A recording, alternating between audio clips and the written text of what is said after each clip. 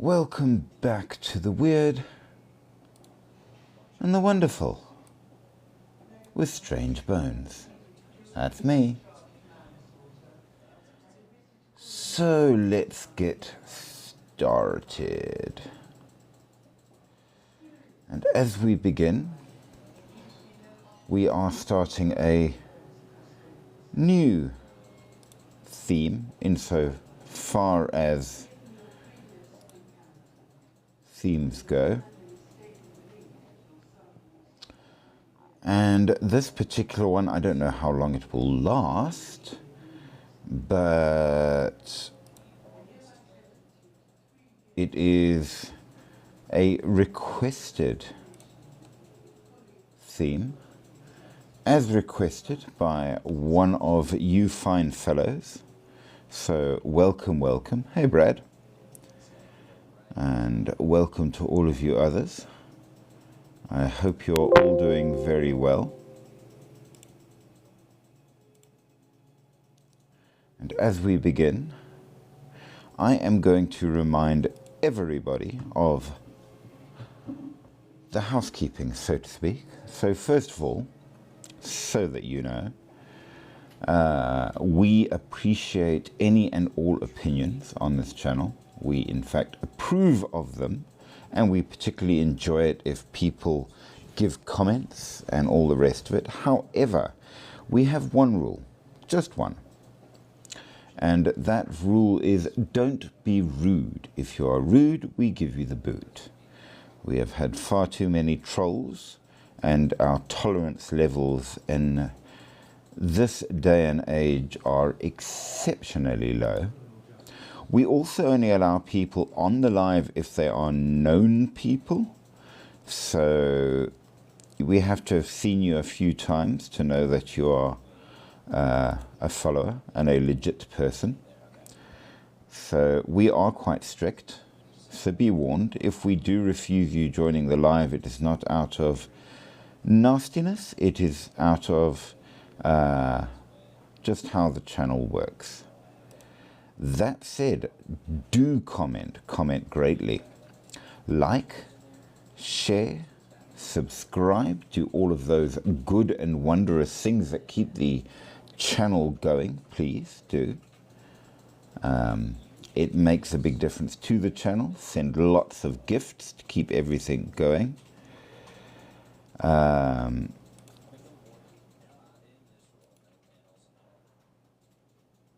So absolutely we are going to be keeping along with that theme.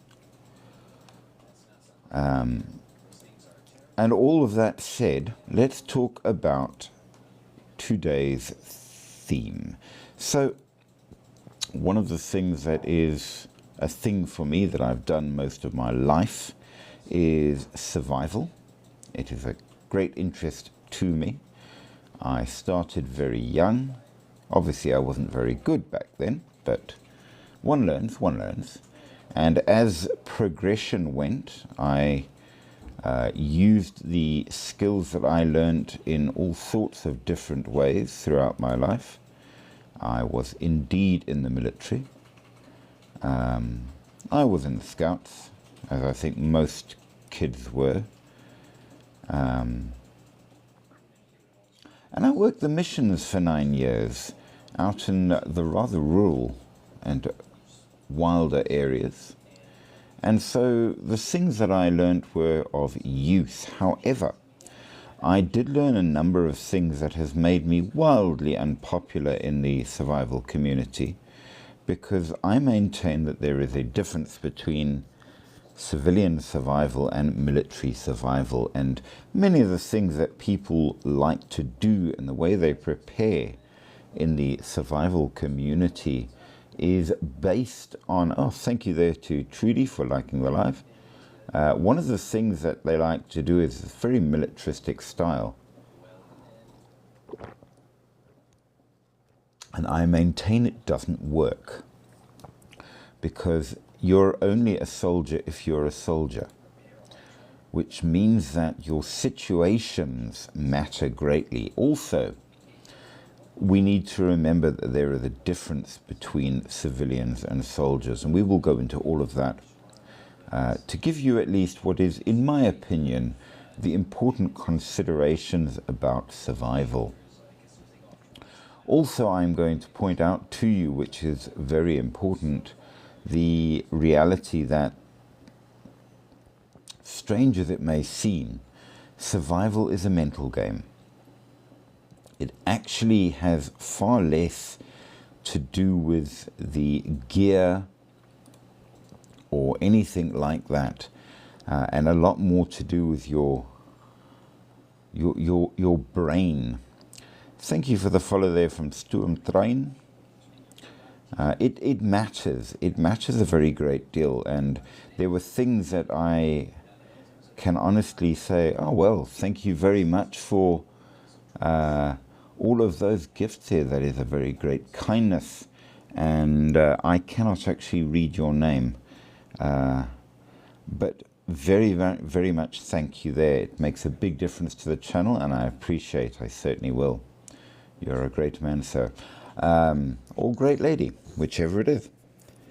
So, it being a mental game, there are things which, when I began, there we go, sir, indeed, I laughed at and thought were stupid, which over the years I came to realize were actually some of the most important things. So we need to take into account a lot if you're talking how survival works, and of course a lot of it is environmental as well, which means that if we look at, say for example, one of the fun mental exercises people like to do, what if the zombies really arose? How would that affect survival? And it would change everything in a great many ways. Your ability to manage your environment is critical to the entire understanding of survival. So, top 3 items missed or needed or found lacking in a number of survival situations, which happened quite recently. In Florida, there were floods. In California, there were wildfires. I forget off the top of my head what the third one I looked at was. And the items they said were the most critical were not the ones that everybody in the survival community say you absolutely have to have. Top item: clean drinking water and washing water. I can see that water is absolutely critical. Second item, and these are ranked: food. Getting their hands on sufficient food that is sustaining when they were in and getting out of and waiting to be able to go back home in those situations. Number 2, understandable, absolutely. Number 3, anyone want to take a guess? Give a comment? It's not the one you think it is. Remember, we're talking civilians in an emergency situation. Nope. Toilet paper. Not a knife, not fire starting, none of that. Toilet paper. Which shows that the civilian reality and the soldier's mentality is very, very, very different. Now, I was a soldier. I was out in the field, and yes, I did all of those things that people do in that regard. And the items I found most useful then were not the same entirely as what was found most useful as a civilian. So, how should we approach survival? Now, we are, of course, waiting for the one fellow who asked for this to come on. He's usually a little late, but to give you an understanding,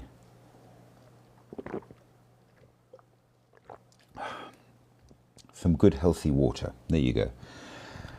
To give you an understanding of how the survival kind of works, you need to realize that there are certain discrepancies in terms of survival. Thank you, Butterfly. So the aim and goal of a person in a survival situation is going to depend entirely on who and what they are. There's a lot of things that soldiers carry that are absolutely critical if you're a soldier. If you're not a soldier, they're irrelevant. But again, it would depend, because if you're talking a natural disaster in the normal modern world, it goes one way. If you're talking about the rising of the zombies, it will go another way, because it has to do with available threat. But even before that, the most important thing that you're going to have to deal with, no matter who you are, is the mental issue. If you lose morale, you're done. There was, when I was a fair bit younger and I was doing my research, I did a hell of a lot of research on survival in all of the military kits around the world. I figured these are the guys that know, right? It seems logical, it seems fair. And I came across a very interesting pair of stories at the same time that happened in the same area, in Canada, in fact. And I thought, oh, these will be interesting. We'll have a check and see how everything went for these guys. But obviously, I knew who was going to do the best, and was totally wrong, by the way, because the one story was, in fact, a military report on a group. This was during World War I, that went out to a particular area, and they got lost.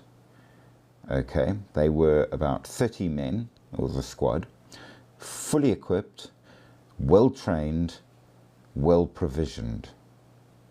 The other was a story of a 10-year-old boy who was flying over Canada. Apparently getting around is kind of like an Uber in Canada, because of the way the landscape is. You take little biplanes and the little 2-seater, 4-seater planes, and it works like an Uber, and you go all over Canada. And he was going over from one side of Canada to the other to see his dad, and his plane went down. Pilot was killed, he survived. It was just him and the pilot. So the story about him compared to the story about the soldiers. Well, eventually they found the soldiers. Every single one of them had deceased. There was still food remaining, still water remaining. And the final understanding behind of what happened was they had lost their morale and started making serious mistakes, and just gave up. 30 fully trained soldiers, still provisioned, gone. In the same basic area, this kid goes down. The only thing he had, because he didn't need all this fancy stuff with him, was a hatchet. And the story is in fact called Hatchet. It was a present from his dad. He had it with him. He had nothing else. So he survived for 3 whole months before he was rescued with just his hatchet. He figured it out. And basically the upshot was he never gave up, because he was determined to see his dad again. That was his thing. And it basically shows that in any situation, your reason to survive is more critical than anything else. Even without the right gear, without supplies, you can do it if you've just got that much morale to do it. So it changes your view, because what I remember seeing a kit that was built by some much older guy, wiser guy, but you know, when you're young, you know everything, right? Isn't that always the case? And the first thing he put in his survival kit was a photograph of his family.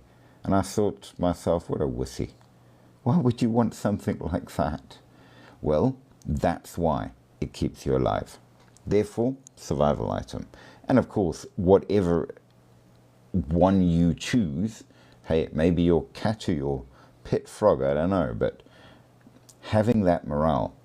A lot of guys like to carry in a kit one of those tiny Gideon's Bibles with New Testament and Psalms. They're bulky, they weigh. Why would you put them in? Well, that's why. If that's your thing, that will do it for you. So absolutely, yes, it matters.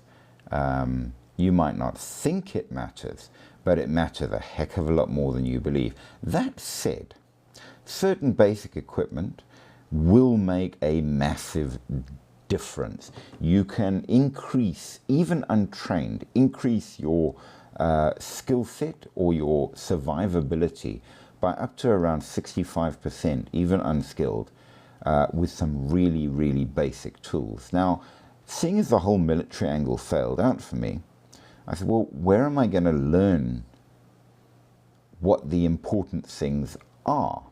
And of course, I went to that one place that I think any South African will go to, purely because it's the most obvious for us, at least.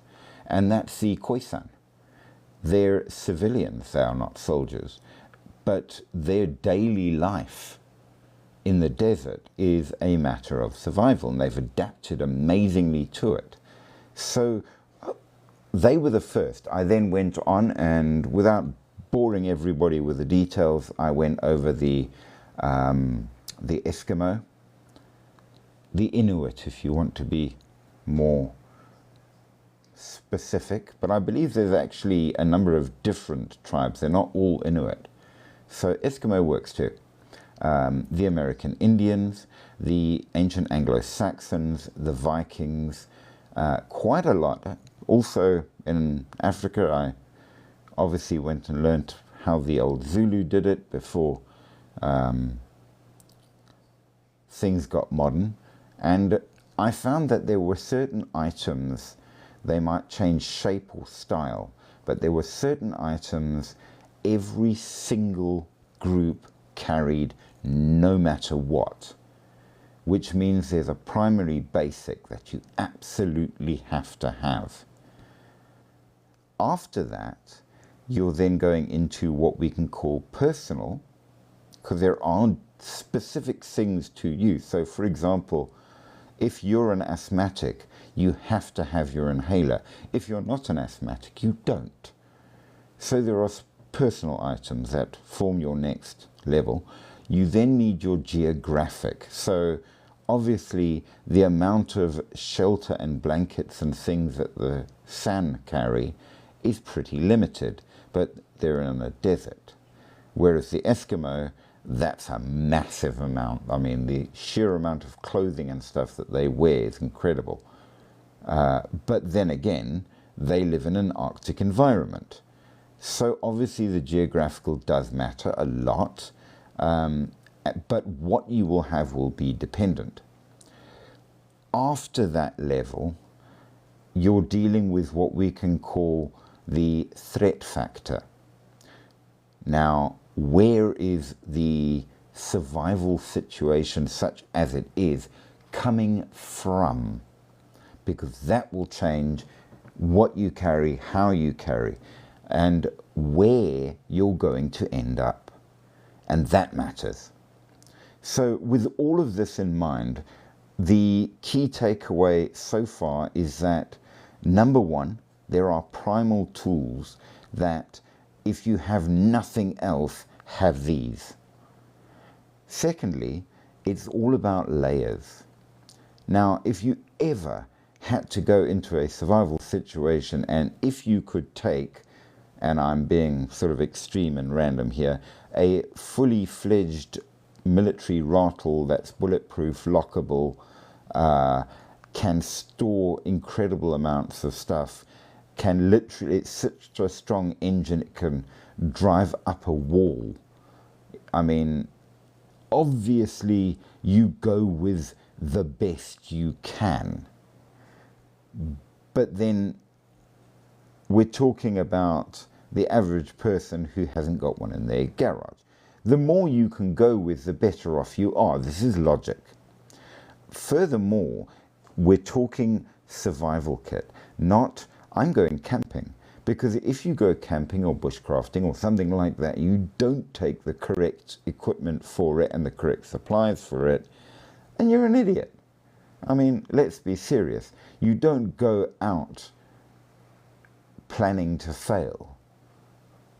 But should failure occur, that's when survival kicks in. But we do have to redefine survival, because survival for a civilian is not what it is for a soldier. And that's also very, very important, because we talk about surviving 72 hours. I'm going to argue that point. This is where I get hate, a lot of hate, because the survival community have very strict rules about how it's done, you know, and they're bullshit, really. They're just opinions. No, for a civilian, if survival lasts for longer than half an hour, you've failed. Thank you so much for those likes. So survival is not the same for a civilian at all. It matters. Uncle Combo EasyG17 shared the live. Thank you so much for that share. And Spooky has arrived. You're late. You are late. I shall send you invites so that you join immediately. There we go. The man has arrived. So right off bat, we need to understand that we have to redefine survival. And that makes a huge difference. Spooky, how are you doing? Are you good? Yeah, what's up? Well, we are going to be doing survival as you requested, and we are just going to define some of the points. So the main thing that I've said thus far is that military survival is not civilian survival. They are two different things, and there are a lot of reasons for that. Secondly, I was establishing a little bit of credentials in that. As I said, yes, I've done survival for pretty much my entire life. It's a hobby of mine. I'm not claiming to be an expert, but I've been interested in it all my life since I was very small. Like 6 years old, I started up being interested in trying to learn. Failing mostly, but, you know. I was in the military. I worked the missions 9 years right out in the bushes. And of course, I've always been a great one for hiking, camping, and all the good South African stuff that we do. So I've tried a lot of the things as well. Just to give people, I'm not just inventing. I built my viewpoint by studying primitive civilian survival systems. So the early Zulu, the Khoisan especially, the Eskimo, the American Indians, the Vikings, the early Anglo-Saxons. So my viewpoints come from what I've learned from systems that have been tried and tested by real people in real situations. Okay. Now, you have to layer survival, because you will find that when it comes to it, first of all, like as I was just saying when you joined, if you go camping and you don't take all the correct equipment, you're an idiot. Obviously, you take what you need when you go out. But you see, all of that is planned. You know that you've planned a camp trip and will take what is needed for that. Survival for a civilian almost always, in fact, I would even go out on a limb and say always, is unexpected. It's not planned for, okay? Which means that you're going with what gear you can grab. So having prepared something in advance for it will make a major difference. Make sense? Not really. Well, In other words, in short, if you carry a base level of gear with you on the regular, when something happens unexpectedly, you've at least got that backup. It's But I don't think you can really put that in survival. I mean, yeah, you can survive for a week or 2 weeks. What happens if you're trying to survive for a year, 2 years, 3 years? What about the next generation? Will you okay, survive? because I will explain the difference, and it's in a way it's semantics, but it's very, very, very important to realize that we are a people that survive by thinking. So how you think about something will change everything. Okay, now one of the most critical differences between military personnel and civilians is, especially if you're talking special forces type, survival type people, you need to realize that they're mentally trained as much as they're physically trained. Civilians are not, which means that we have to develop a way to give us that morale and that go to overcome. Without it, you fail out and then you've had it. And we know that the biggest reason people die in survival situations is that they gave up. More than gear, more than food, more than everything. They stopped making a plan. Okay, so the mental is the first thing. You've got to change your view. So we're going to redefine survival for everybody. And it works like this. A survival situation is that situation wherein if you do nothing, then you will die. Okay? And I Example. describe your survival for you. Excuse me, say again. Can I describe your survival for Okay, you? go for it. Okay, so your survival is planning a trip and putting yourself in hard conditions and then creating a mental attitude thinking that you can survive. No. But you're in no way putting yourself in a situation where you might die because you cannot survive. If I put you into a bush, you might, maybe you're lucky and it's springtime and you have fruit, but is it enough for you to last for the winter, for the upcoming winter, or when everything starts drying up and die, Okay, and then you'll also you are die with it? correct. You are correct in a certain degree, but remember we've got to deal with the mental as well. Okay, so survival per se is more than just overcoming. Okay, so the survival part is if you sit down and do nothing, then you will die. Now, there's only one response for a civilian in that, and it is get out. So you wake up, you live on the 10th floor of a block of flats, the block of flats is on fire. Your first job is get out. Once out, you then can assess things like, well, how did the building get on fire? Am I all right? Where am I going now? There may still be difficulties. They may even still be dangers. But your survival part is get out the building. Okay, so for a civilian, your first rule is overcome the survival and change it into an emergency. And the reason for that is, as a person, as a civilian, when you think survival, you automatically are edging to panic, which is bad, with I'm going to die.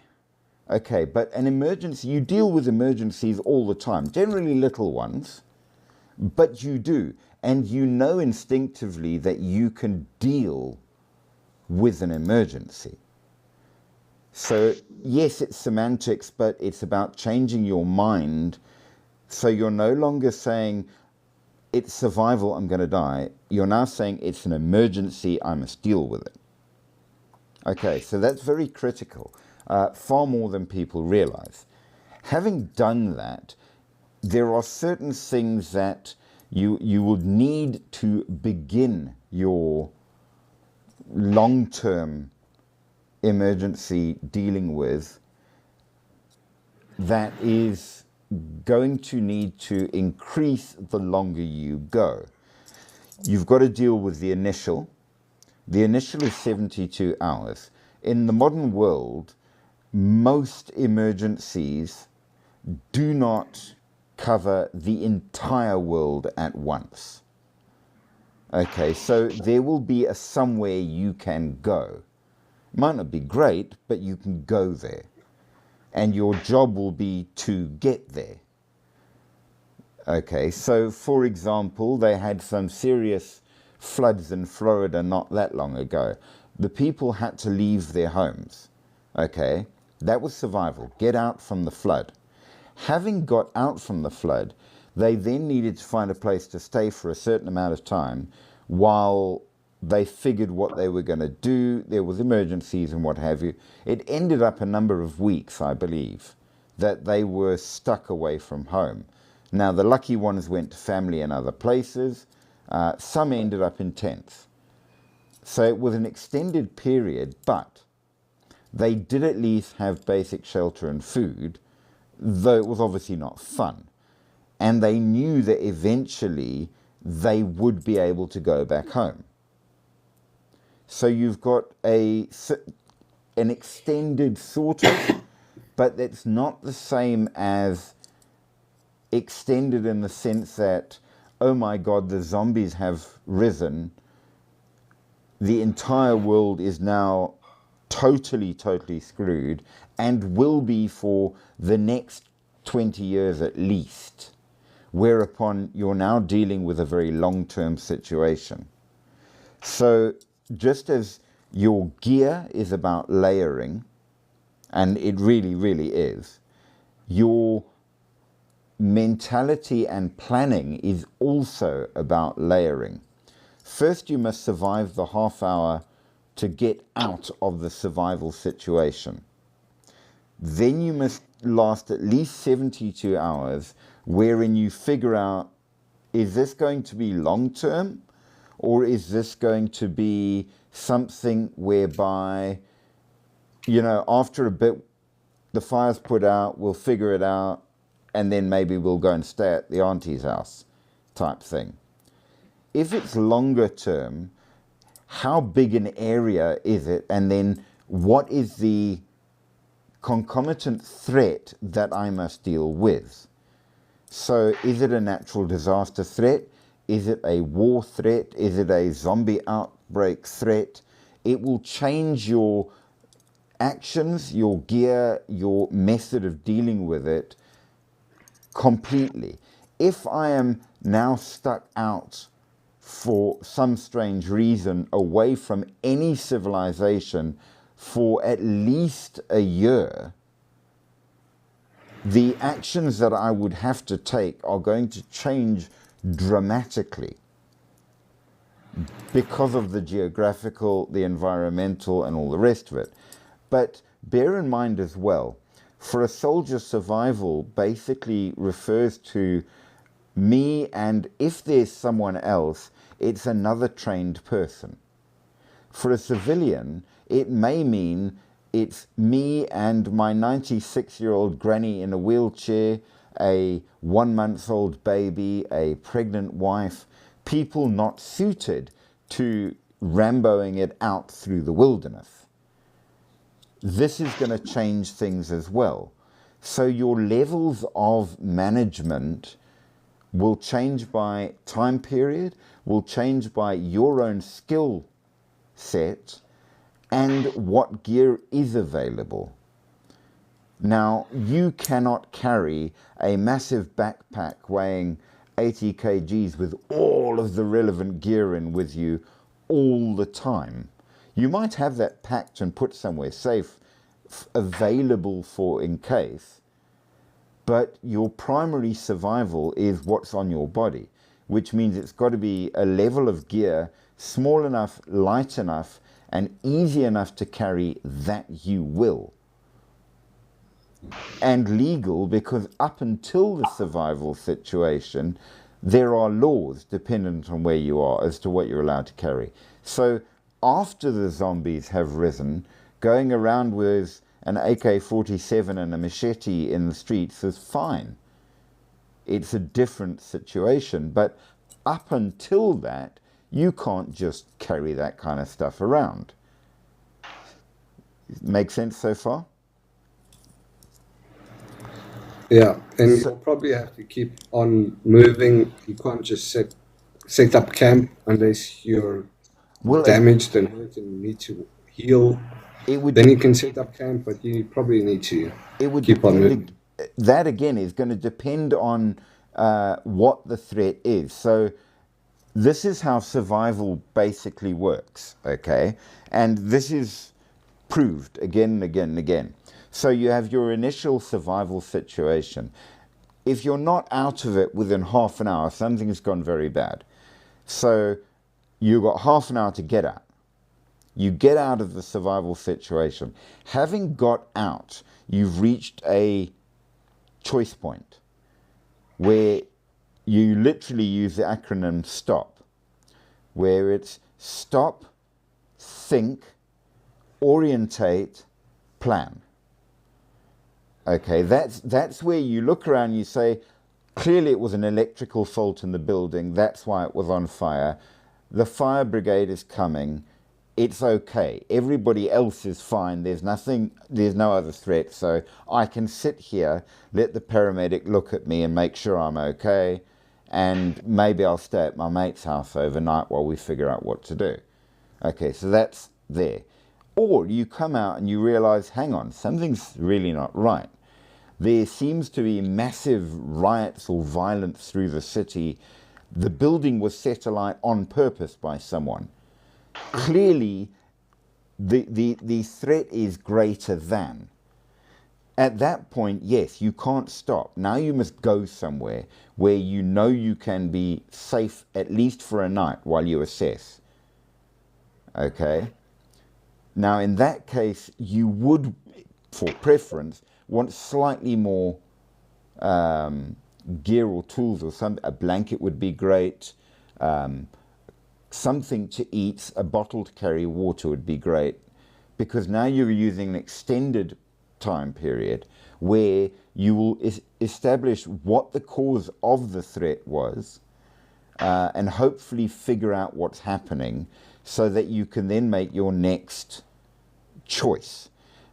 So after 3 days, either things have been sorted out and you can go home, because that's your standard time period by which governments react, things start getting handled, all the rest of it. Then you stop again. Stop, think, orientate, plan. If everything's now sorted, you go home, because that's what you do. If, however, you've now realized the reason everything went chaotic is the zombies rose, now you have to make a new plan based on what you're dealing with.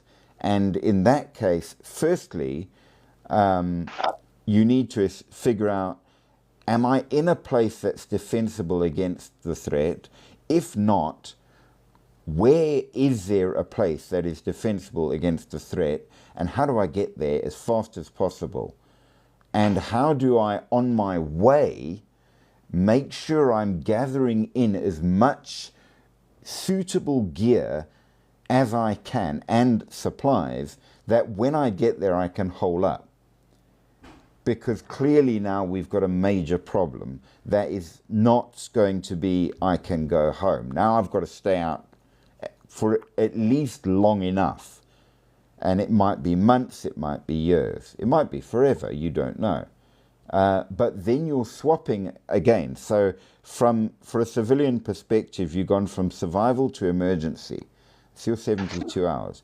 After emergency, you've got to look at homesteading. which is a level above, where now we're not just getting out of the danger, we're now thinking about actually settling in some way, whether it's in a vehicle which is mobile all the time, but at least I've got a base, even a mobile base, or some house or something that is defensible whereby I'm able to protect myself. So your 72-hour period is going to be when you start assessing what's going on. And if things have hit total collapse and the zombies have risen, I must find some means of transport, because on foot is too dangerous. So you want that. Also, I'm going to want extra gear, which will be more than I can carry. I'm going to want a lot more food, a lot more water, backup fuel, all of that kind of stuff. And then I need to figure where to go to get away. And in the case of zombies, the logical thing is away from people, because assumedly zombies were once people, which means anywhere where there is or were a lot of people is going to be the highest threat area. You want to get away from that. Make sense? If the threats are zombies, then you've got a lot. And if zombies, as we know it, are stupid, then yeah, you've got a big chance of surviving.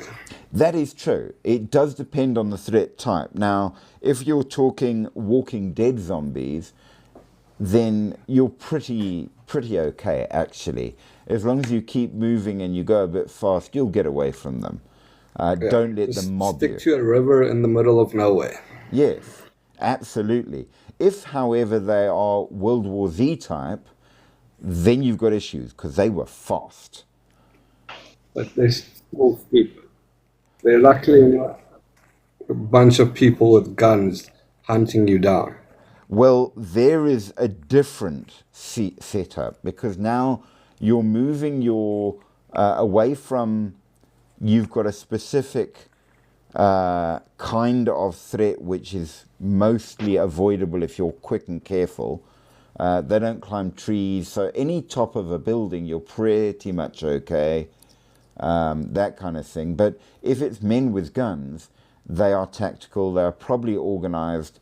If they're carrying the guns, there's a good chance that they're trained, or at least some of them are. It's a totally different environment. And it's not just about keeping out of reach of the zombies, it's now actually concealing yourself from those hunting.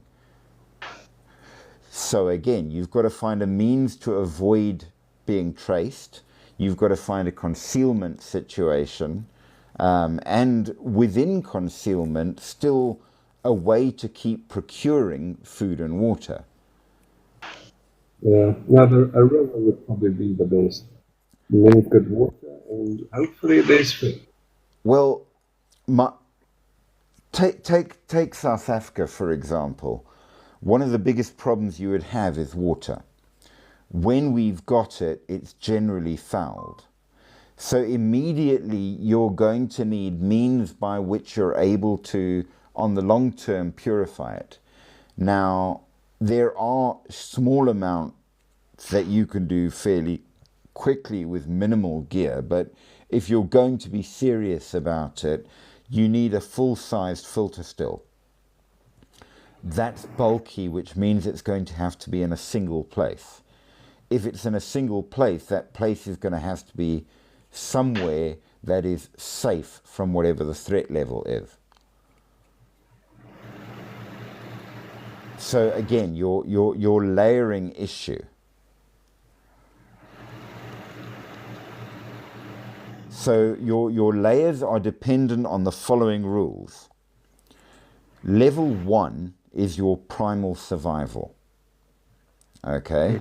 But I think you should rather tell us a threat or a reason to survive so we don't get confused. Okay, well, with survival, your primal levels are irrelevant to the threat. They're the same regardless. The changes come in when it comes to specific type, when you start going to the higher layers. So no matter what your threat is, your primal level remains the same. You cannot do without the primal level. They are the game-changing level. Okay? And the primal level is? Okay, so the primal level is your primary 3 tools that you cannot do without. The personal level, which will vary dependent on who you are, but you will remain you no matter what the outside threat is. And the single geographic issue that may involve one or more things dependent on where you are. But again, it's not the threat that counts, but where you're actually living. Okay, so the 3 primary tools are a blade, a flame, and a cord. These are the most difficult to recreate in any situation, and any kind of recreation of them takes time. And in the initial survival situation, you don't have time. So anyone that says, yeah, but I could use a bow drill, and yeah, if you've got 6 hours, have you ever tried to light a fire with a bow drill? Even guys who are trained and expert primitive bushcrafters struggle badly. It takes a couple of hours. So if you think I saw it on TV once, you can make them. One person alone can make them. You can. It takes within time. a day. It takes time. You don't have that. Half an hour for your primary survival. You don't have time. And to make them, it's better to start with tools. So your 3 primary tools, blade, flame, and cord. A blade, not a big one. Even a little folding knife is fine, but it's Okay. that. So are you saying in order to survive, you have to prepare to survive? So if something happens now and you have to run without carrying anything, you're fucked. Not necessarily entirely, but to a certain degree. This is my everyday carry bag. Oh, you can't even see it. My everyday carry bag. It's a very small sling bag. It's made of leather. I like it. I put my phone in it, my wallet in it, and all the rest of my usual things that I will have every single day. However, with it, I have attached that, which has an emergency whistle in case I need that. It's got a compass on it that does work, I've checked. It's got a ferrocerium rod in the clip and a striker. Okay, so right in there I've got an emergency whistle, navigation, and a means to light a fire. And it's tiny. It just sits on my bag. I ignore it until I want it. Okay? The This is best solution in any case would be to find more people that's not trying to kill you. not necessarily. It depends on the tools or threat. anything. You find more people that's No. not trying to kill you. Therein lies the problem, and that too takes time. Now, usually, for a civilian, I totally agree with you. Usually. Finding more people definitely is the way forward. Absolutely. So, I'm not going to argue that Other as than getting tools ready, you don't know what's going to happen. Finding more people is the best way to survive. Not always. Not always. Okay, well, you're going to die on your own. Not necessarily. You're definitely not going to survive. I would. For how long? When I was out working the missions, often we would be out days at a time where there weren't people around, and you had to wait Days until at a time, yes. Now try years at a time. then there you're moving into the homesteading level. At the homesteading level, I've got the time. I've created that buffer that I've got the time to start. Oh, there's that guy there. I'll check him out for a couple of days and see if he's, and then approach and, hi.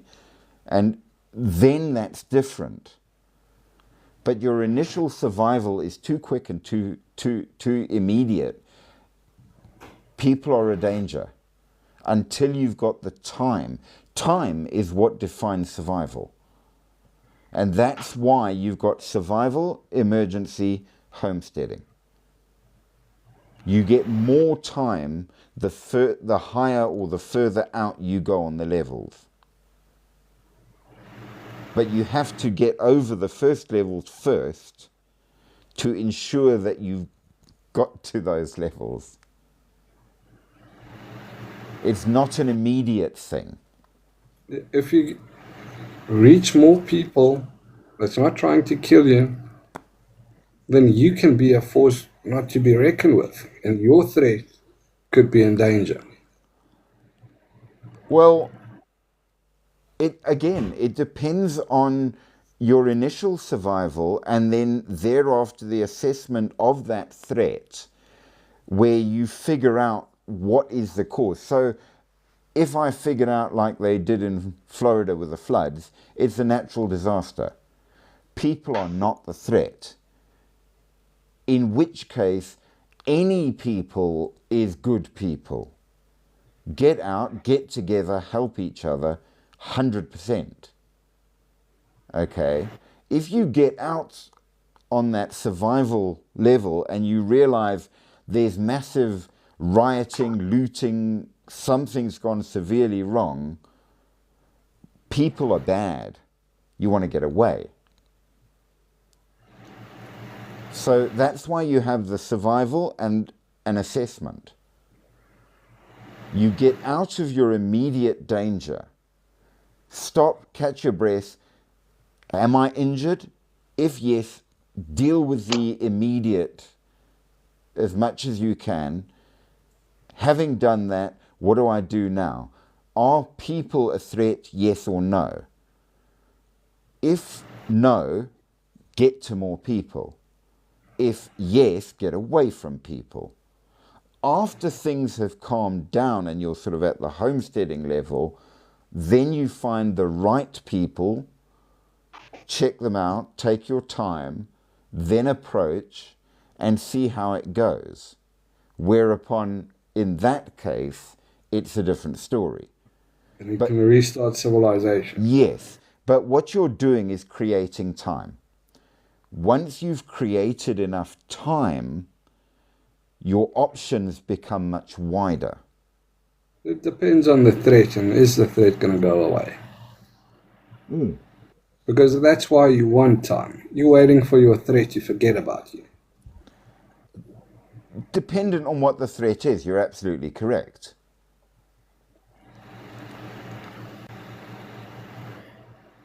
I mean, there's not even a question at all. So let's, for the sake of argument, run this as a zombie scenario. Okay? So you wake up one morning and you realize that your neighbor is currently eating the neighbor over the road and is wandering around zombified. And you're like, hang on, that ain't good. Okay, so your primary means of getting out is going to be your on-body kit, which I carry every day. There is a spool of very strong cord, which can be used for many, many, many uses, including making other tools and weapons if need be. If there's going to be zombies, Exactly as a cord. When you said cord, I thought you were talking about no. Cordage, wire. string. Any kind String. will do, but a good, strong, reliable string. And you want about, I would guess, about 20 feet. Now that is 20 feet, and you see how small it is. So you carry that with you daily. But you have no use for it. I do have use for it. I usually carry two spools because one I tend to use for all kinds of things. I'm one of those people that fiddles with all sorts of stuff. I just do. But it's easy to make it. Yes, I could just rip my t-shirt apart. you could, but remember you might need your t-shirt as part of your shelter and warmth, dependent on where you are. If you're in a cold place, you don't want to be using your clothing because you're going to need it. If you're in a hot place, it's different. So environmental. Okay. Second thing, a flame of some kind. I carry a backup mini Bic that I don't use because I have a What if light I don't trim. have a t-shirt? Well, that would be a thing you might need to get. I also keep matches because I like matches with a striker, and it all goes in a little tin that sits at the bottom of my my Well, I think you bag. should try and upgrade at least your matches. Your matches run out. It They gets wet. do, It gets but damaged. bear in mind this is my immediate backup. With like a flint stick or something. Now, when I do go out hiking, I have my hiking kit, which includes flint. This is literally the absolute bare bones that sits in my pocket. So I do have more and I do carry more dependent on. The other thing that I carry, and I've thrown it on the floor because I'm clever like that, I made this myself. It's actually a piece of an old leather belt and a hacksaw blade that I've put a very good edge on the one side, and there's the saw on the back. And it's flat, so it takes up zero space and fits inside my tin. And then because my eyes are not the best, I carry a magnifying lens with me if I want to read small stuff. But you can use that to light fires and all sorts. And it folds up. So I've got that there on me all the time. I carry my lip ice with me because I use it all the time. But you can't even see it. There you go. You can also use this as an accelerant to make a fire. And it works. Okay, so it has survival uses as well. Now, my first thing that I would do, that would be on me regardless, because I always have my sling bag on me for my cell phone and stuff, because I don't carry, and I don't like things in my pockets, because I'm like that. The first thing I would do is grab my hiking kit, which includes a bigger folding blade of decent quality, my flint striker and what have you, my water bottle, my blanket. I've got a whole set of things that I use for when I go out overnight. And I would grab that immediately because it's packed and kept ready for when I want to use it. And I know what gear goes in it. There's a cup that I can boil water in. There's a bowl. You know what I mean? That you've got. Now I can manage, but that's not something I have on body all the time. Okay, so now you step outside, you realize the zombies are running around here, and TikTok's died on its own because it's a zombie too. Goodness gracious, I hate these things. You got to line them up exact. There we go. Did it let me? It let me do it. There we go. Okay, so I would immediately leave the area. Remember, we're talking zombies of the Walking Dead variety. They ain't that fast, okay? But they are dangerous. So I would, if I can, I will grab a car because that's metal around me, it protects me, okay? If I can't, I'm going to run, basically. And I'm going to run away from people because people are the primary threat, whether they are about to be turned or have been turned. Okay? Having done that, I will then stop and assess again. Is it localized or is it everywhere? If it's localized, I'll get myself to a safe place where there are suitable people who can offer me shelter, food, whatever, because that matters. Thank you for the smiles. So yes, you've got a base level.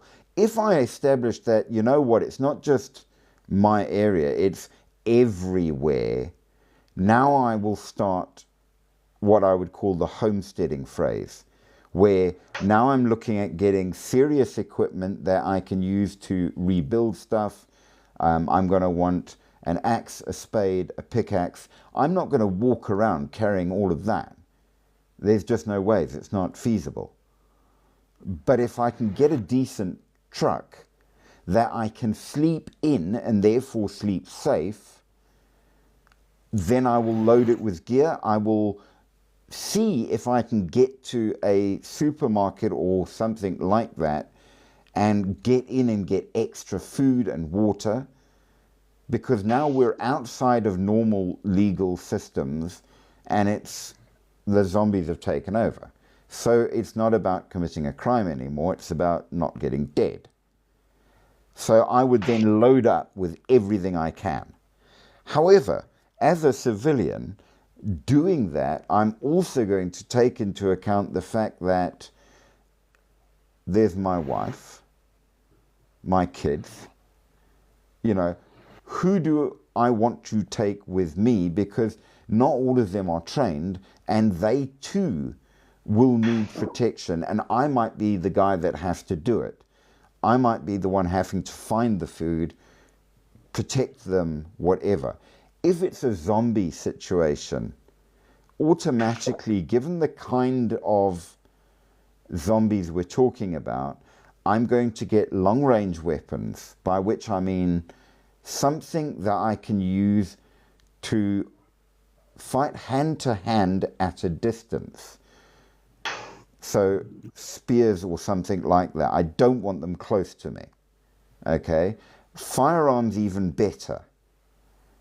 If I can take them out before they're even at hand-to-hand range, so much the better. So then I will be getting the things that work best for that. And because 90% of people are not the greatest shot in the world, I'm talking shotguns for preference over a sniper's rifle. In the right hands, sure, it's great, but if you're not that good in panicking, you're better off with something that doesn't have the range, but at least you don't have to aim too much. So humans, us, what you want to do is just hunt down tools, You've got sufficient no, tools. at the homesteading level, I would start gathering, because the assumption is, as soon as I've gotten away from the major danger, I need to set up a place that the non-survival type people, the wife, the kids, can be protected in an enclosed space. And you may have to make that enclosed space. You can't assume. So you need food and water. You need all of that, but you will also need possible tools to barricade as well. Tools. As humans, we cannot survive without tools. It's not like we're a big bear that can just absolutely break everything apart, and thick-skinned, and we've got thick hair keeping us warm. Exactly. So we need tools to survive. When I say tools, I'm not just talking pickaxe and spade. I'm talking blankets, hammers and nails to repair things if need be, possibly a crowbar in order to get into a suitable building so that I can then take it and use it. I mean, that you've got to consider what the threat actually is and what means you will require to manage it. And then, okay, so I find the perfect defensible place and I fix it all up, then yes, I've got to now start thinking not just about gathering food and stuff, but about creating a self-sustained source of food. So seeds, you've got to plant a garden. You've got to do a whole lot of stuff so that, because sooner or later you can only raid so many supermarkets before they're empty. You've got to start producing again. And that's the homesteading level. So after you've gone through your survival, gotten out of the initial problem, you've got about 72 hours of emergency to deal with, after which it's either you've gone home or now you're looking to homestead somewhere, somehow.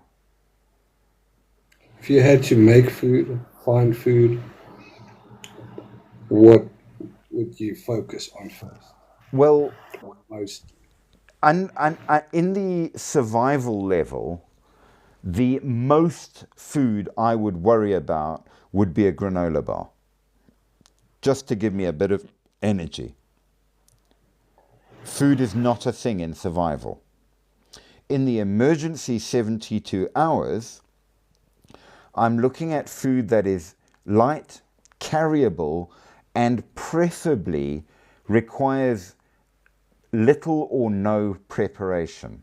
Okay. Well, I was talking about like a post-apocalypse Okay, time. no, that's fine. But even in a post apocalypse, because that 72 hours is my assessment period, I'm moving to a place where I can stop and say, all right, now what am I doing? I need to get this, I need to get that.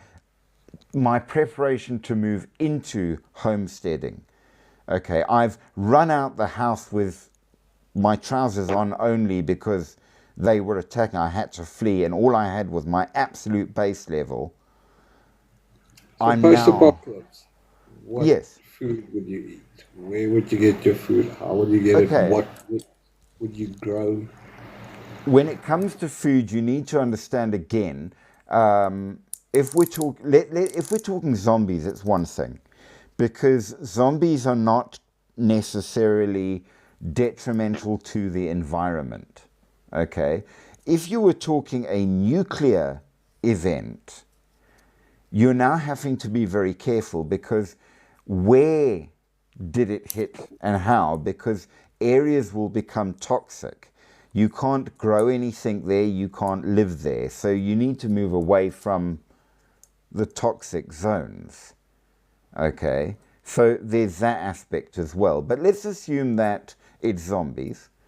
Okay, my primary, as I say, 72 hours, the lightest, easiest, no prep type stuff. So dried meat, dried fruit, granola type stuff, easy to carry, easy to eat, no effort involved. After that, you see, you can't live on that kind of food for very long. You're No, it's gonna no, run out. You not need to just run find a out. source of Your digestive setup isn't able to manage it long term. Short term, sure, but not long yeah, but term. it's not going to be enough for a long term. Okay, no, it won't. So at that point, I would then say I would want to see what I could get that either is already long shelf life or I can make long shelf life, but supplemented by as much short shelf life stuff as I can carry. So if I've got a truck, I'll load it. So yes, things like flour, maize meal, all of that kind of stuff, which lasts for a long time. Rice lasts for a long time. But I would want plenty of vegetables and other things to go with it. Meat, I would stick to dried simply because it spoils too quick, and the last thing you want to do is get sick as well. Okay, you then find yourself a location. Now, mobility very long term becomes impossible. It's just not doable. You need a place where you can grow food. So you would find a suitable spot that's defensible, and immediately you start planting. Vegetation will last you much better and longer and be available quicker than any kind of protein source. Not as much fun, Big granted. problem. It's not So available throughout the year. that's where you resort to, well, it does depend where you are. There are plenty of places around the world where it is available around the world, and there are plenty of places where it's not. But let's assume we're in South Africa. I would plant immediately and seasonally. Okay, I would then do what they call double cropping. So you plant stuff for use now, and you plant stuff that you store in some way, whether it's drying or whatever. That when you hit the seasons where it's not available, you've got the store, and you time it. So the oldest of it gets eaten first, and then next, and then next, and then next. And there are What would you ways. focus on growing first? Yes. Once I'd got crop cycling, then I would look at getting things like chickens. Easy to look after, there's very little danger involved, and they don't need as much space as, say, a cow. And they're easy to feed. They give So you if eggs. post-apocalypse and you have to start growing things, what would you focus on growing? Okay, it's been proved that there are certain things that give you maximum nutrition for minimum amount. Number one at the top, pumpkin. Any kind of pumpkin, butternut, all of that. It's really nutritious. It's not very exciting. I wouldn't really focus on nutrition.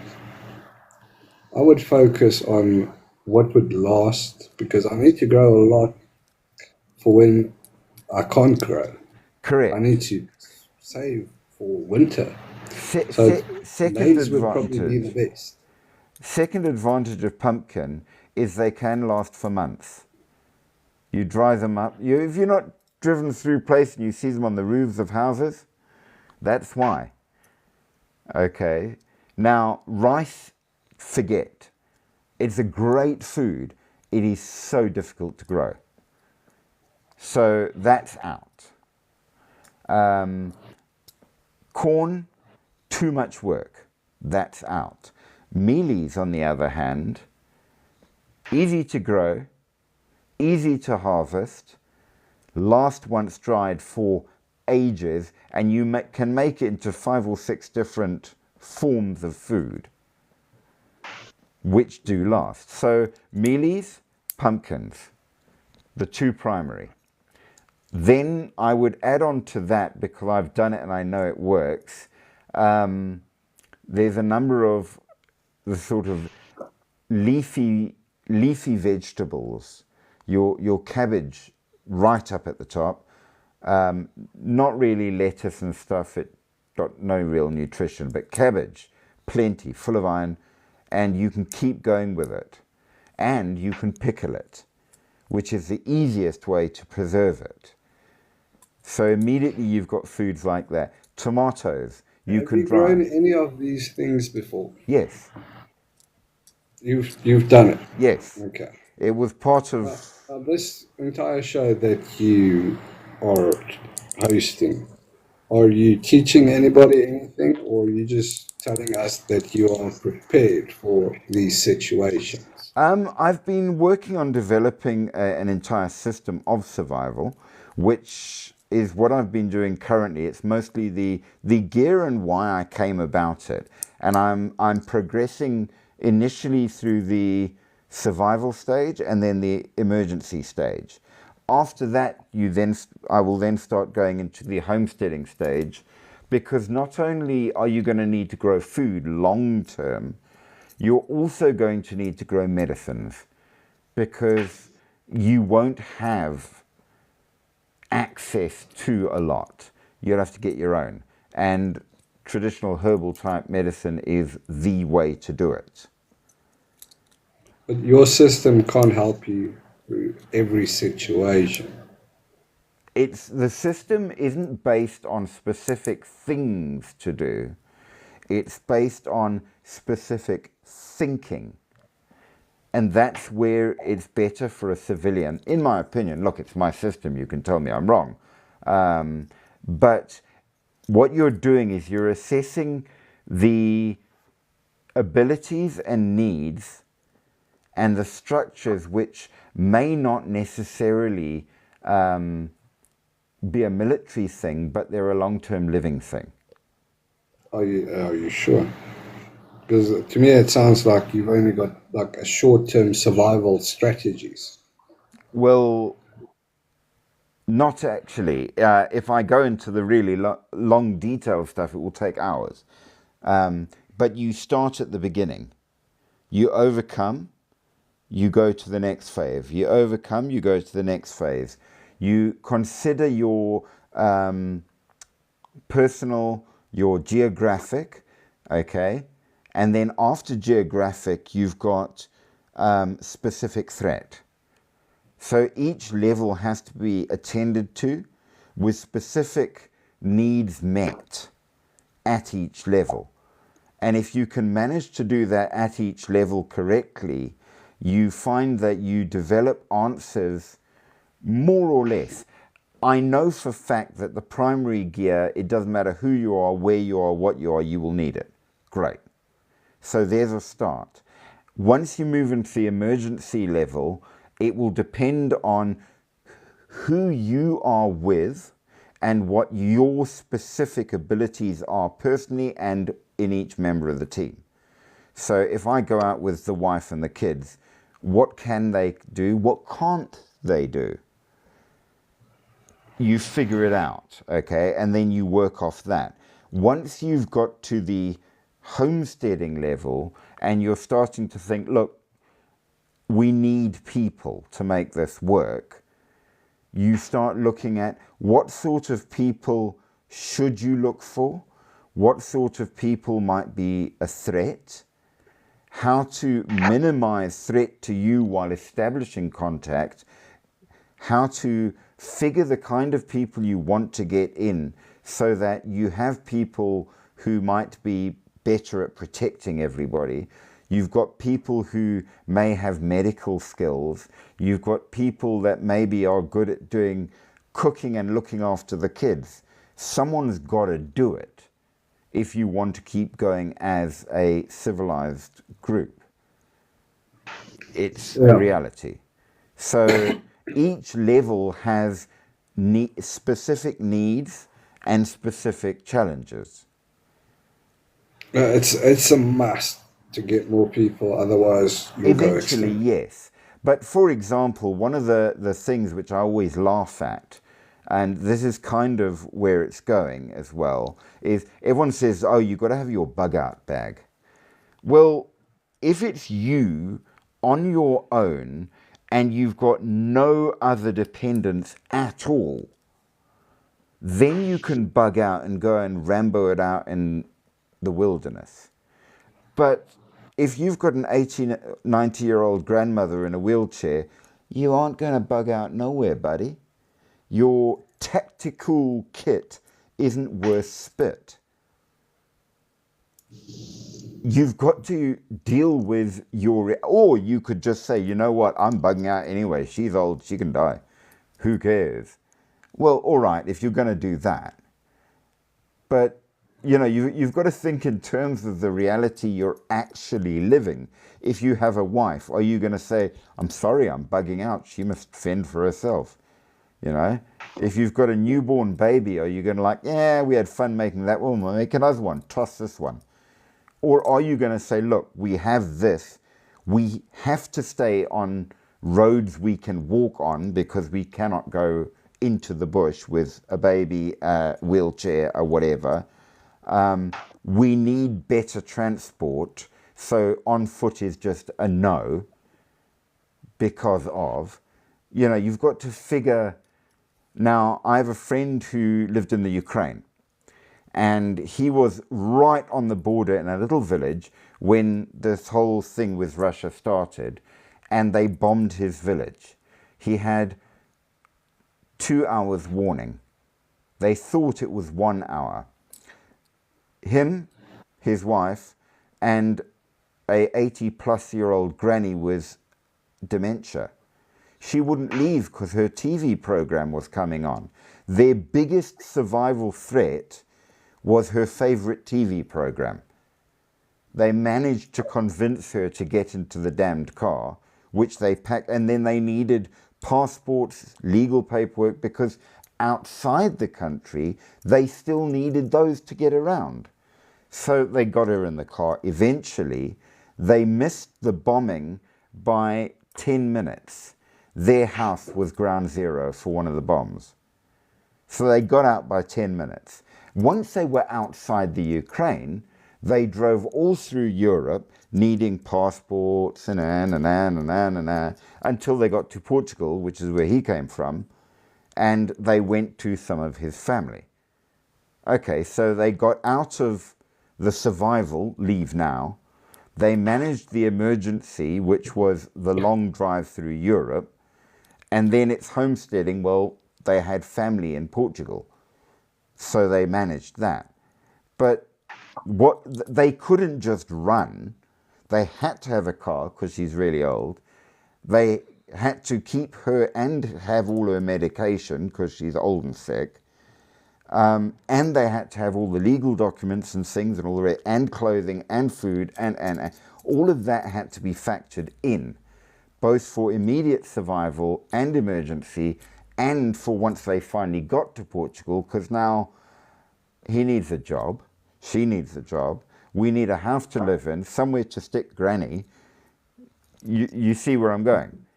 So it was very, very real. What would you have done in that situation? You see, again, I would have to say, who am I with? I've got my primary survival gear. I've got my hiking gear, which includes stuff I could manage on my own, but I don't want to. What I would do is, assuming I have the family I have, each person would be given a bag. In the bag, they would have to have a list of things. Yes. So blanket, cup, plate, knife, fork and spoon. You've got to eat with something. You can't just dig with your hands when, you know. You can. You can, but, you know. Because I was going to say, the best tool you have would be your hands. Yes. And the second best tool would be somebody else's hands. There's a lot of truth to that. And so, for example, one of the primary survival items for a lot of the kits in Canada is a decent pair of gloves, because it gets really cold and you want to protect your hands. You're going to need them. Hands and feet. Now, not such a big deal here in South Africa, though they're useful for work reasons. For me, socks and decent shoes right away. Sooner or later, you're on foot. For some reason, you're going to have something you can walk comfortable in and protect your feet. It's a reality. Yeah. I use gloves when I work in the garden because I've got keyboard fingers. There you go. Now, you've seen already that you have call it a weakness, but it's compensatable for. You're not used to heavy, hard labor with your hands, but because you know that already, you've got a pair of gloves on hand. If you had to rush out and survive, take your gloves. You manage your fingers and protect what is essentially your livelihood. Because assumedly after surviving, you want to earn an income for preference, unless you've gone full zombie mode and you're now rebuilding society. But now I as well, I used to have tough hands, but then I used to do a very more outdoors type job. Nowadays I don't do it, and you'll be amazed at how fast your hands go soft. I've also got keyboard fingers. So my hiking kit has got they're very thin because it's Africa here and it gets really hot, but they've got a really nice breathable back, soft cotton, and they fit well, but it's a harder rubber on the palm. So I get the best of both worlds. Rather than bulky leather gloves, these give me dexterity. I like them. But yes, that's exactly the point. I don't have hands for a lot of outdoor work anymore. I compensate. But if you're isolated, and even if you're a small group of people, your life would be extremely hard. You might make it out. You might be able to build civilization, but it would be extremely hard, especially if you're isolated and you do not have the information and technology that you used to have. To a certain degree, you're correct, but bear in mind, it does again, this is where the threat level comes in, your threat assessment. If there was a massive war, everybody beat everybody up, 90% of humanity is now dead, we're what's left, but the war's over. Well, we would find and gather people where we could and move along like Let's that. say 1%, because 10%, I'm sure, yeah, you Yeah, can okay, no, survive. fair enough. But you see where I'm going. The threat has an end. We can now settle down, find farms. They may already be going, great, and we What can if move all the along. knowledge has, if we forgot That all the knowledge? is where the problem comes in. Because I can drive a car. I can drive a car very, very well. I can do minor repairs on a car if I can go to a shop and say, I need spark plugs and this and that, and if Yeah, no, you I wasn't really thinking about cars and no, stuff but like that. I was thinking it's more an ex about vaccination I, because your kid's probably going to die because they're not vaccinated. well, there's that as well, but initially, Civilization won't carry on because you all die, will die. Because if you look just well, 300 years ago, the average life expectancy for a person was 35. correct. But now So if we I'm go using back the to that, car as an then kids would example. probably die. Okay, I'm using the car as an example. I know how to drive a car. I know how to do minor repairs, assuming I can get parts. But I cannot build a car. I have zero skill. Most of the things that we are skilled in, we are not, either we're not skilled in making them, or if we're skilled in making them, we're not skilled in using them, if that makes Yeah. sense. Now, to use your medical thing, I know a great number of doctors that can tell you exactly what medicine to use for what. That's great. They can't make shit. So when the Yes. medicine runs out, their skills are useless. Yeah. Okay, so knowledge is going to be a major, major issue. Now, remember when we talked about whether or not there really was a worldwide flood back in a few lives back? One of the critical points are if there was a more advanced technology before, where has it gone? Well, the major thing about an advanced technology is that it exists within knowledge. Once the knowledge is lost, It's you're lost. starting from scratch. Yeah. And that Now, probably happened a couple of times throughout civilization. exactly. So you would want somebody that knows how to plant a cabbage, because that's going to be really, really important. You know how to eat a cabbage. You might even know that a cabbage is really good for you. You might know 500 recipes for cooking a cabbage. But if you don't know how to grow the cabbage, you're a little bit screwed. Yeah. Hey, Dennis, how you doing? Right. I will be with you in a moment. I thought I'd just tap. Oops, why is it so quiet? I thought I'd just tap quickly to get in, and but I have to do something. But I Yes, was afraid I'm going to lose you, so I'll be with you within 30 seconds. Okay. all good. So the critical thing, Spooky, that we're talking about is there are certain base forms of knowledge that are going to become massively valuable. The ability to plant food. The ability to plant and process medicines. Make friends with a good Inyanga because they know the local natural things. Okay, so right off bat, there's two things you want.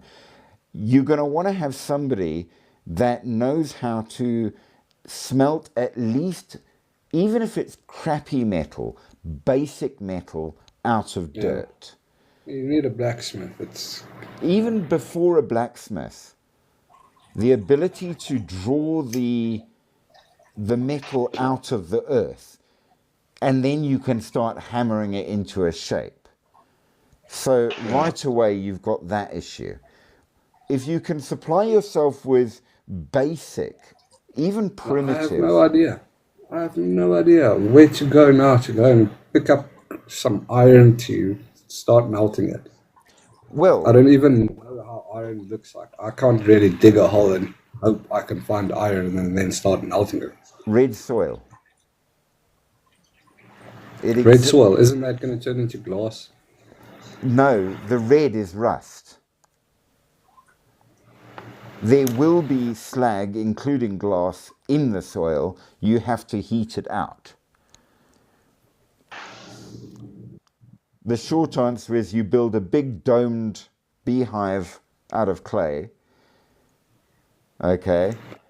You fill it with wood and set it alight, and you've got a pot of red earth in the middle of it, and you burn it for days until it melts down, and you're left with basically metallic slag. You then take that and you have to smelt it now to get the slag out. So boil it liquid, scrape the floaty bits off, boil it liquid, scrape the and you keep doing it. It takes forever. Let's just that the internet is still available. Ah, okay. So yeah, it's a long process, and you're not going to do it in a day, and you've got to put a lot of sweat into it. But you can do it. And if you can get yourself basic metal weaponry or tools, which will be important. Yeah, but I don't know how to make a furnace. Okay, I'm back. Yes. Done all kinds of funny stuff. Do apologize for that. Yes, so. You just what, you got a high pollen count over there or what? Well, it happens to me. It's an age thing. You have to be over 60 to do that.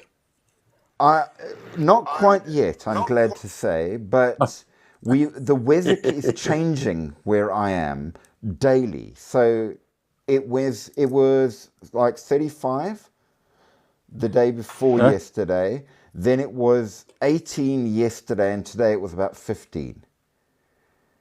Good. So it goes hot, it goes cold, it goes hot, it goes cold. Yeah, the trees are having fun. Yeah. Okay, so let's get back to I've been watching you guys for quite a while. Okay. And I've never requested to join. I've never commented. I just listen. It's a good thing to just get laid back and listen to what everybody's saying. I'm in South Africa, by the way. We are all in South Africa. That's on the live. Okay. Okay. I didn't see that. So what is the actual topic? Well, Spooky asked me, because one of the things that I do that I've been studying all my life is survival. And he was asking me, well, how does that really work for a normal person, not a civilian, not a soldier? And how would we do it? What would happen? So I was explaining that you've got your survival situation, which lasts half an hour. If it lasts longer than that, you've gone wrong somewhere or things are really bad. You've got your emergency situation, which will last you 72 hours, and your homesteading that comes after. Now, dependent on what you're surviving and what the threat level is, where you are, and all the rest of it, it will dictate what you need, how you manage it, and all the rest of that. So, for the sake of argument and to give us a theme, in that way. We said, let's assume, have you seen the movie The Walking Dead? No, but Okay, it sounds so interesting. basically I zombies. played a couple of zombie games in my life where you really got to like kill everybody and Yes. Okay, so survive. we said zombies, but specifically Walking Dead because they're fairly slow. They're very, very deadly if they can bite you, but they're reasonably slow. As Okay. opposed to World War Z zombies, which are really, really, really fast, which would change Yeah. things again. So we said, let's assume Yeah. slow zombies. Okay. You've got to first overcome your survival situation. The initial, you've stepped out the house, realized, hang on, this ain't right, and now you've got to get out. Okay, there's certain Okay. gear that you have to have, and a lot of gear that you don't, to manage that initial survival. You then have to make it that you are no longer in survival mode because as a civilian we are not designed to manage it. Soldiers are taught to manage it. We are not. So we Yeah. have to mentally change it to an emergency because survival, the only thing you do is get out, you're going to die. Okay? But an emergency, Yeah. Yeah. you deal with emergencies every day of your life. Little ones, but you do. So in your brain, hardwired into you is if it's an emergency, you deal with it. You're in control, Yeah. which means At that moment. yes, so you're taking over. You're no longer running in panic. You're managing, which is critical for the Yeah. next 72 hours. Okay. Okay. Okay. To make a point, Yes. I've got one door. I've got one exit door here. Okay. Okay. For the exit door, if there's something going on over there and the door's opening or there's a clamor at the door, then I'm going to go down here. This is like it weighs a ton. Yes, It's not absolutely. that heavy that I can't swing it with speed. Right, 100%. that's the long distance one. In the short distance one is this Absolutely. one. And here's the Okay, important fact of those. right on the floor next to me because I'm expecting. Okay, I don't know what, but there it is. But When I now, wake up, one in the one hand, one in the other hand, and then whatever 100% comes in the door is correct. going to meet with that. Because you've got something that A, you can have, B, is available to you. You're not. It's nice to say, Yes. oh, but you've got to have this or that, and it costs a fortune, and Yeah. you haven't got it anyway. Well, it doesn't matter how good it is. If you haven't got it, it don't help you. Those are items I've you even got have. this one. I've even got this one as There you well. go. Absolutely. If all Now, else fails. the first thing I would do in your environment, slam and lock the door, and then look out the window. If Yeah. the outside everything's fine, I've got a single threat. I prepare myself and I phone the cops. Survival over. Yeah. I'm waiting for the emergency to be over when the cops arrive. Because it's a single thing. If you look out the Yes. window and you realize the neighbor's eating his dog and the zombies have risen and everything's gone crazy, okay, now we've got a different situation and the Yeah. cops aren't coming. Yeah, because they've been eaten So my or whatever. immediate thing is I'd let them try and come through the door and I'd jump out the window. And I will Yeah. run that way. Because first survival is you break that 30-minute thing and get to a place where I'm no longer in immediate threat of death. Now I can stop, breathe, and say, hey, how did zombies happen to happen? What the hell did happen? Yes. Then you're in the emergency phase, 72 hours, where you get to a position that is defensible or safe, and you've managed to get those significant others at least with you, if you have, and you've managed I have. you managed to put together at least a basic kit for managing a few days. You need a blanket. Yeah. You need a mat Got all to that. lie on. You need a cup. You need a knife, fork and spoon. You need a plate. Okay, you need some food if you can get your hands Got on all it. that. Couple of bottles of water because you've got to carry the water, and a bag to put everything in. With that gone, now you're saying, okay, I've managed to get to a position where I've got at least a week or so to sit and think about this. Where is all the danger? Is there somewhere that I can go where now I can live long term? Be it a year, be it 10 years, whatever, but long enough. And now what we were discussing with Spooky here is what sort of things now am I going to need long term? Well, you're not going to be able to keep raiding supermarkets like in games. You will no No. longer be able to go to the doctor. So you must grow your own food, your own medicine. You Doing need, that already, yes. yes, you need to have a reasonable shelter wherein you can live and keep warm to keep you protected from the elements. Yes, hopefully I can keep this spot. Hopefully I can Yes. keep them away from here. It must be sufficiently secure against the probable threats. So if the zombies have arisen, you need a decent boundary fence to keep them Got out that. so that you can step out the house without having problems. Okay? So that's your primary. Having done that, you've got your veggie patch and then your medicine patch. The third thing I'm going to look at is chickens. Any big livestock is difficult if you don't have the skill. If you have the skill, you're winning because they're a much better source. But if you haven't got the skill, chickens are easy. You can figure it out as you go along, and it's good protein. Okay, so that would be the third level of self-sufficiency. I would also figure out if somehow I could find a way to get concrete. And this might sound weird, but when I worked the missions, what we did is we cast rings, concrete rings, that could stack on top of each other. Because now digging a well is hard because it keeps falling in.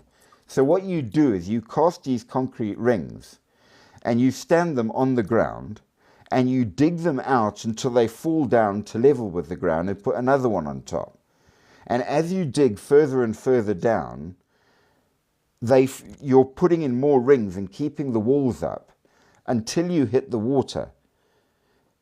And that way, without having to shore up the walls all the time or being in danger of getting trapped with a fall in, you can dig a deep well. Now, it's hard work, but if you can do it, now you have fresh water. You've got borehole water. Now you're truly self-sufficient. Now, as Spooky was saying, and he's totally correct, now is when you go out looking for other people, but the right people. People that you can trust and people with skills. If you can find somebody who's decent as a doctor and you can provide him with the herbal medicines, now you're away. If you can find somebody who's a good builder, you're away with all sorts. A mechanic, even better. Specific skills that will improve your re-civilizing of the world, as it were. And then I'm a mechanic and my sister is a qualified nurse. there you go. You're already 2 ways up. So we sorted out. Now you need to make friends with a farmer and a herbal healer. Yeah, the guy that lives with us, he was a farmer for many, many years. You're done. You're sorted. We got him. Because now, even if you then go and get, say, 10 or 15 youngsters and they're clueless, the farmer doesn't have to do the work. He has to advise. No. The young I've guys got plenty can of those as well. There you go. So the young guys do the work and the old guys sit there and say, a little bit to the left, eh? Lekker. Yeah. And you're passing on knowledge, which means continuance.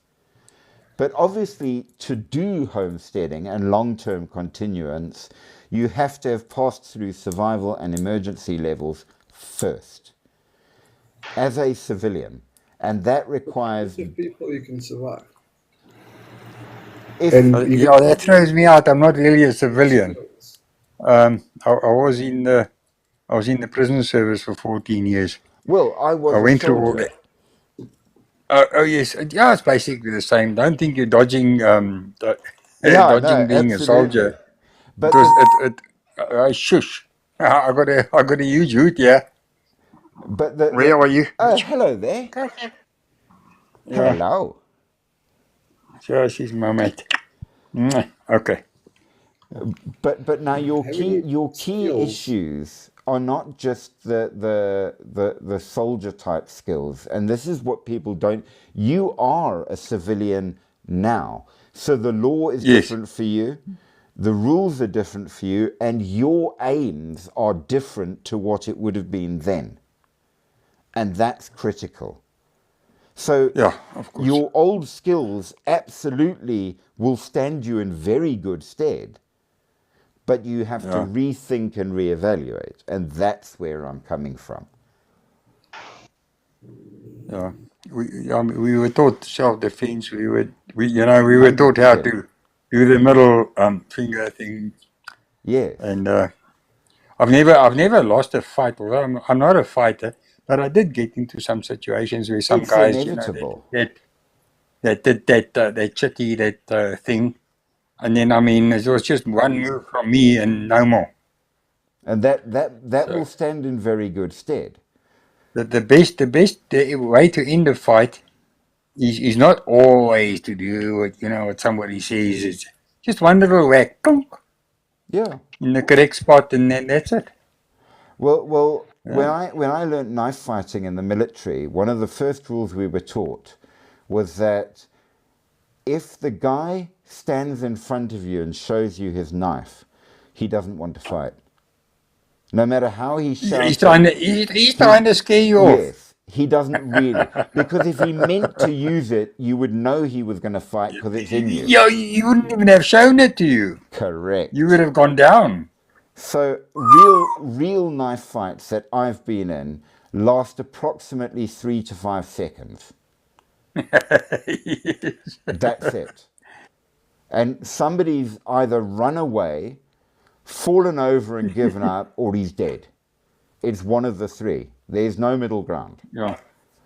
I only had one. Honestly, I only had one of those. His knife got nipped out of his hands with my toe. Oh, that's good. It went up in the air and landed in my hands. That's And then even after that, he better. ran. Yeah, there you go. Best knife fight ever because it stopped. Because the other second rule of knife fighting, everybody gets cut. Winner, loser, forget it, you will get cut.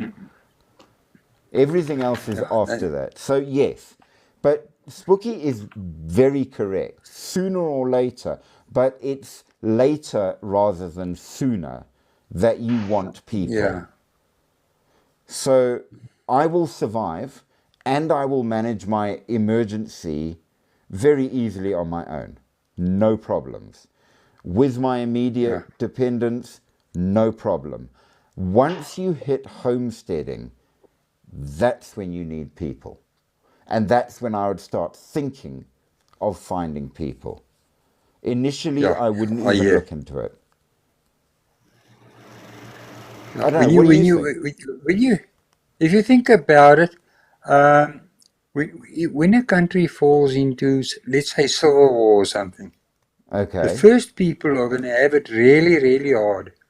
They are yes, quite a huge mess. Are the people in squatter camps? yes. They've got nothing. They've got no shops in there or any kind of thing. It would They have to depend. come. They come Yeah, to the take spaza. yours. They're gonna try. But yeah, that's They got to come exactly from. it. They got to come from somewhere to do that. That They is got to do also some kind true. of a distance. Now, They got to do some kind of a distance, and they're gonna have to, because I don't have any near me, per se. Well, I was in an area when we had a number of riots, and there was a squatter camp right next to Okay. us. And Okay. basically, what these guys did, they came into the town and they said, "Your home, our home, we're making a ring. You guys block that road and that road, we're going to block that road, and that road. Nobody comes in or out unless we say so." Now, Okay. immediately after, some of the outlying places tried to come and steal stuff, and they were met head on by the locals. And they were like, they were ruthless. There was none of this, "Please stand back or we will," no, they just, "You coming here, we're taking you." And they blocked everything off, and they let it be known, "You come here, we're killing you." Finished. But in return, they wanted access to the town. They could come in and buy their stuff at the shops, which were kept running. They could go to the ATMs, and they kept the peace. And they did. And it worked beautifully. The roads were locked down. Nobody went in or out unless it was known about. And if you came up to come in, we stopped. "Okay, it's Dennis. We know Dennis. He lives there. You can come in. If we didn't know you, sorry, sir, please turn away. You're not coming in. This town is locked down." Okay. And for as long as the danger situation was on, the locals worked alongside, and it was brilliant because shops were still shopping, life went on inside. It just meant that there were roadblocks, and it was so effective. So Yeah. within reason, you will find that when the community comes together, you can really achieve great things. Now, in the case of a zombie apocalypse, assuming you could keep the infected out, you could do exactly the same thing and just put up fencings and barricades all the way around. And now you've got an entire town with people, with supplies, with equipment. Everyone turns their front lawn into a veggie garden. You're away. You could Yeah. really manage. You could do incredibly well. Now, Can only imagine if everybody in South Africa, every single person with a little piece of land around his house, would plant his own veggie garden. it would, I've been well, doing that for years. It's not really sustainable, big, on a large scale. Not even on a small scale. We'd run out of radishes, we'd run out of tomatoes, they'd be finished. Because of the seasons, it become winter and everything goes True. slower. but But if everybody did it, can you imagine? I can only think of the 3, 4, 5,000 households producing just 5 kilograms of tomatoes.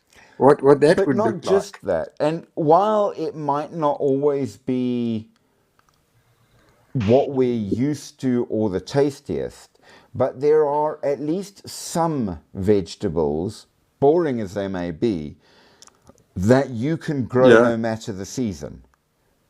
So Yeah, look, in a cabbage. serious emergency, you might have to do without your tomatoes for 3 months of the year or whatever, but Damn. you could Yeah. still survive. Yeah. And that's the critical part. Then you have to do cabbages, and then you have to do mealies and whatever. Yes. Well, mealies grow pretty much all the way through. Slower at times, Yeah. but they do. Cabbages the same. Tomatoes, you get them Yeah. in the spring and the summer. Yeah, it's true. You're only going to get the good ones then. Slower in winter. Fruit as well, only seasonable. But Yeah, I've got I've got oranges, and I've got naartjies, and I've got grapefruit, but they and I've can be got two pickled. species. I've got 2 species of peach. You I've can got, make and then the jam, spices of I've got oregano and thyme rosemary, and and all that. Yeah. yeah. I've got, and mint. I've got But now, basically all of the herbs dry. All of the fruit can yeah. either be pickled or dried. Yeah. So it won't be as nice, but you will have it during winter. Yeah. I got a span of oranges in my fridge at the moment. There you go. In the bottom, in the crisper. There's one I mean, it's vegetable that November and I've still got oranges. There. And And they're I've still got nice and stiff. I've got nuts in my garden. They last forever. Once you're picked, you just pick them up. Yeah. I used to. I was in Uppington and I used to, but I'm in a different spot at the moment. I'm in the northeastern Cape. High elevation. Were you in Ninesai when you were working? No. I work for the prison service. Yes, Mostly Ninesai. in You know but 90. the military base in Uppington is 8Sai. And No. I wasn't there in the prison service. I was down in the Eastern Cape. oh, because the prison is When I right, went to right when, next yeah, to. when I went to Uppington, I was on the east side, about 13 clicks out on the canal where we grew grapes and lucerne, Yes, the nice side. lucerne, pecan nuts, olives, and all Yes. that. And then my mom and dad died, and then the inheritance money, I came here where I am now, bought a Okay. house, and so on. No, because it was a big joke. Because 8Sai, the military camp, was next door to the prison, and so we used to call the Okay. prison 9Sai. So you had 8Sai and 9Sai. Yes, I never ever heard of that. Can you believe that? Yeah, I was there twice. Yeah, I was in Uppington twice for 2 years at a time, but the one time it was trying to start a business and that was unsuccessful. And then the second time was to look after my mom and dad before they died. Okay. And yeah, so But there you go. that ended in 2017 and then I came here. And then the last thing that we actually have agreed to is the most critical.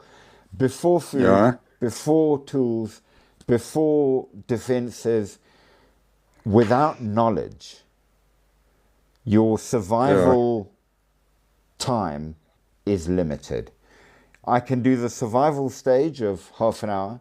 I can do 72 hours emergency, yes. But the moment you start homesteading, you run into serious problems without knowledge. You've got to know how to plant food. You've got to know how to look after at least basic livestock. You've got to know how to do basic building and maintenance. If you can have a mechanic so you can set up wind turbines and such to keep producing electricity, you're really winning. It's the knowledge. ways to do Or it. solar panels are better than the mechanical Yeah, stuff. but making them, I Okay. don't know Get anybody that knows them, how to Yes. make it. But there's How do easy you- ways of doing things. If you have a group of people, because you can have people chopping up wood, making firewood, some can make planks, Sure. get people making ropes. True. But all of that is at the homesteading level. So first I would survive, then I would deal with the emergency. Then only do I start Need looking at... knowledge and then labor. Yes. So Yeah. it's only at homesteading level that you start dealing with finding a community or making a community in some way. You know, if I set up the right place with the right grounds, you could come and ask to join and I say, what are your skills? These are the rules. If you're good with that, you can come in and be a part of the community. You know, if you've got mechanical skills, hey, we'll take you. You know, if you're a nurse, we'll take you. Great. Doctor, take you. You build your community around what is needed to thrive. That's essentially the homesteading. Survival is the key for surviving. Survival is the key to overcoming emergencies, but thriving is the key to managing homesteading. And that's your difference. And that's why Okay, it's I'll put layered. Okay, I put my video. I'll be back in a second. I've got a heartburn session going on again over here before I get into bed.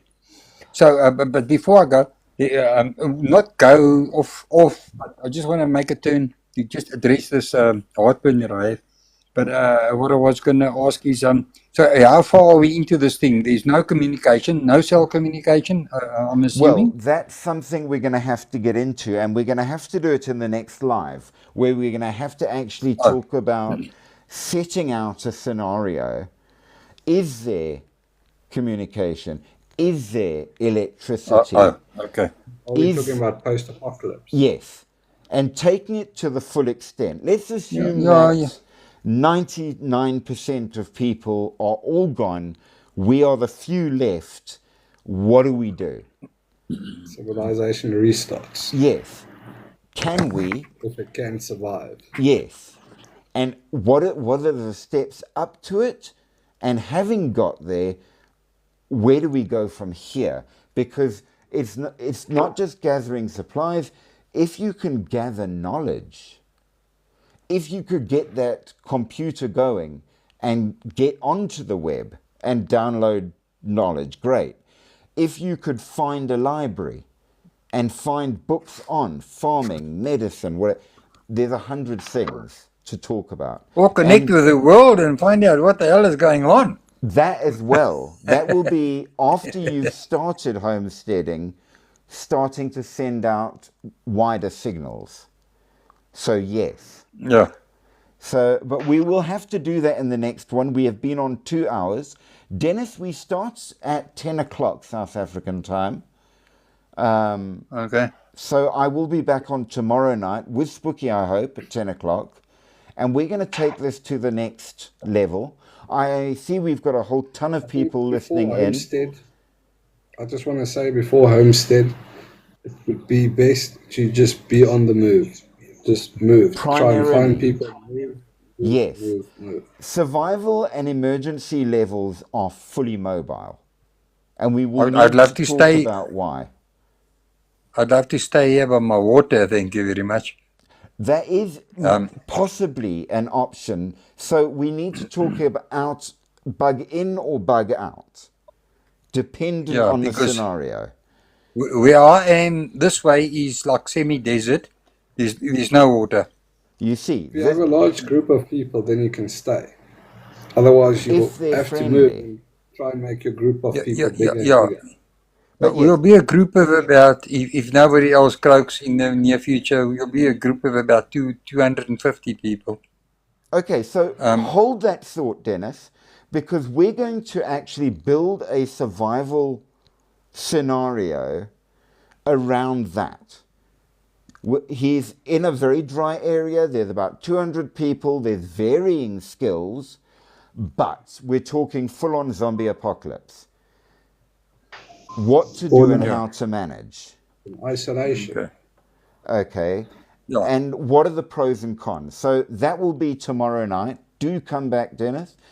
Spooky, I hope will. you'll be able to. Yes. Yes. Good stuff. And we will take it further with that and talk about the nature of the levels in survival and why they exist and why it matters to a civilian, if not a soldier, because it doesn't to them. They're specific. So that's what we will do then. Guys, thank you so Okay. much for all being here. All the guys listening, you should comment more and send more hearts. I can't believe we've only had 400 hearts with 32 people listening. That's terrible. Yeah. Shame on you all. Come back tomorrow and bring please, please. Just hang on, I'll put in some. There we go. Just Thank hang on, you. I'll put in some. Hang on. But Hold on. Hold I'm on. holding. I'm holding. I'm coming. I'm coming. There you go. Thank you so Boom. much. Okay, cool. But yes, we are sorting. We will take this further because there's a lot to talk about. And it's the kind of thing that it makes you think about general survival and also about managing just like how many people didn't manage under COVID and why? Whereas for Yeah. some people it was like, fine, no big deal. You know, what were the problems? How did we handle them? And that is the critical thing about survival. So we will bring all of that up in the next one. Yeah, most people didn't actually identify with that. Because I think to myself, 12,000 years ago was the last ice age. How did we survive that? Well, maybe it's because some people figured it out, and a lot of people didn't Kept on survive moving. We it. kept on migrating. Maybe Yeah. that's the key. We will talk about it. But until then, Maybe they're stretching it a bit far, saying the ice age was the whole globe. Maybe there was a warm spot that somebody moved to. there would have No, there been. definitely were. We actually had a Yeah, whole and then- live about this and discussed a majority coverage, but not a total coverage. Yeah, I'm sorry I missed that because I would have been able to put in a few things. Well, Because my question would have been, if 12,000 years ago most people died, surely most people didn't make it. Like in a tsunami, people are running. Out of 1,000 people, maybe 100 will make it. So a few of the human race made it through the ice age. How are we so many now, and why so many colors? there are answers to it's, that too, but some of the answers Okay. can't be spoken on lives. Not now. But yes, stop Okay. grinning, Spooky.